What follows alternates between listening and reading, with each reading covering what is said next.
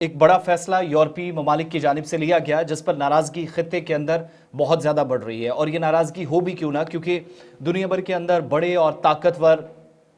या अहम तरीन शख्सियात इस फौज का हिस्सा हैं। IRGC जिसको आप कहते हैं ईरानियन रेवोल्यूशनरी गार्ड कॉर्प्स, ये वो ग्रुप है, ये वो फौज है जो इस्लामिक रेवोल्यूशन से पहले और बाद में भी किरदार ज़बरदस्त रहा। और इस फौज का काम, जिसमें वॉलंटरी बेसिस पर भी ईरान के अंदर बहुत सारे लोग शमूलियत करते हैं, जो डायरेक्टली सारी की सारी तफसीलात या किसी भी तरीके से कोई ब्रीफिंग देनी हो, सारी की सारी रिपोर्टिंग हो, वो सुप्रीम लीडर ईरान के आयतुल्लाह अली खamenei साहब को करते हैं। लेकिन इस फौज के हवाले से जहां पहले अमेरिका ने और अब यूरोपीय ममालिक ने भी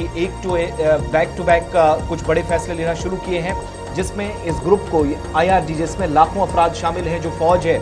IRGC की, इसको दहशत ग्रुप तंजीम या ग्रुप करार दिया गया है मुख्तलिफ यूरोपीय ममालिक की जानिब से। जिस पर इस बड़ी कार्रवाई के साथ जब दहशतगर्द तंजीमों में या उस फहरिस्त में शामिल कर दिया गया है, यूरोपीय कमीशन के जो नायब सदर है जाकाल्स, उनके मुताबिक IRGC ने एहतजाज के दौरान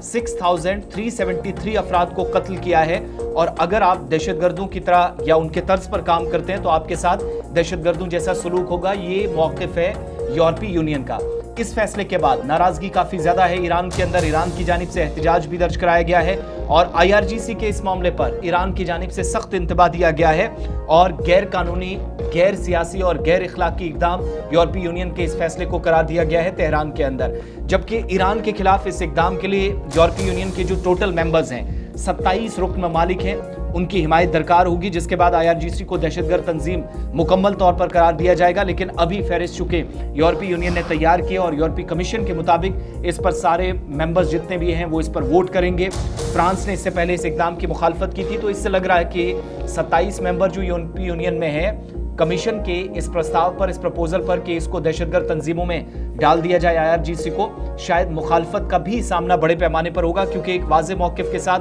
फ्रांस पहले ही अमेरिका के खिलाफ और यूरोपीय यूनियन के इस तरह के फैसलों के खिलाफ अपनी आवाज़ बुलंद कर चुका है, इस खदशे से कि इससे ईरान में फंसे जो फ्रांसीसी शहरी हैं उनको भी फ्रांस के मुताबिक खतरा लाहक है और ईरान के साथ मुज़ाकरात तक रसाई रोक दी जा सकती है। इस तरह के फैसले होंगे जब सीधी सी बात है किसी बड़ी तंजीम पर, ग्रुप पर इस तरीके से दहशतगर्दी का टैग लगाकर उसको उस फहरिस्त में डाल दिया जाएगा जहां दहशतगर्दों की तरह सलूक होगा। तो हिजबुल्लाह के बाद IRGC पर भी सेम तर्ज़े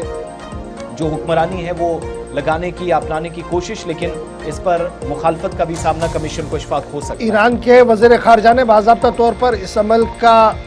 नुक्ताचीनी की है और कहा है कि इस तरीके से डेजिग्नेट करना इस्लामिक रेवोल्यूशनरी गार्ड कॉर्प्स को कि वो दहशतगर्द तंजीम है, इंतहाई अफसोसनाक है, इलीगल है और इसके खिलाफ आलमी अदालत का भी रुख किया जाएगा। तो एक तरफ से ईरान अमेरिका के बीच तनाव है, दूसरी तरफ से ईरान और यूरोप के बीच में भी तनाव बनता हुआ नजर आ रहा है, क्योंकि सबसे अहम फौजी